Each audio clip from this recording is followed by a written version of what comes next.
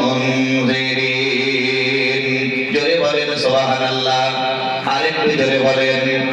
আল্লাহ রাব্বুল আলামিন বলেছেন, আমি আমার নবী মুহাম্মদুর রাসূলুল্লাহ সাল্লাল্লাহু আলাইহি ওয়াসাল্লামকে সুসংবাদদাতা করে প্রেরণ করেছি এবং সতর্ককারী রূপে প্রেরণ করেছি।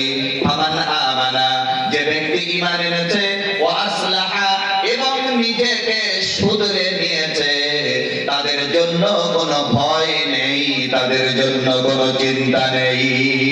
সুবহানাল্লাহ। আরেকটু জোরে বলেন।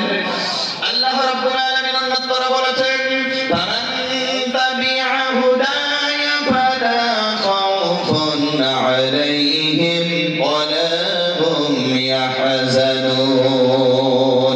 সুবহানাল্লাহ বলেন। এত আস্তে কেন? একটু জোরে বলেন।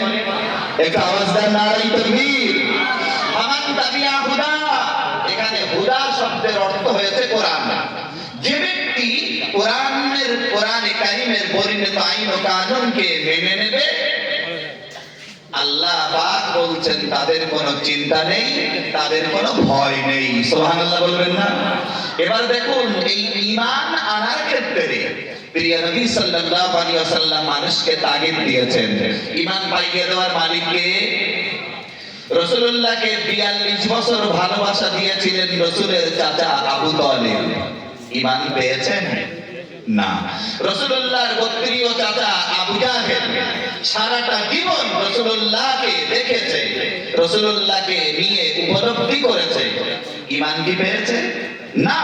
যারা কোরআন শুনতে শুনতে সারা রাত পার করে দিয়েছে, অথচ ঈমান আনার জায়গায় তাদের ঈমানের পূর্ণতা আসেনি, ঈমান আনতে পারেনি, কলমা পড়তে পারেনি, অথচ রাসূলুল্লাহ জীবন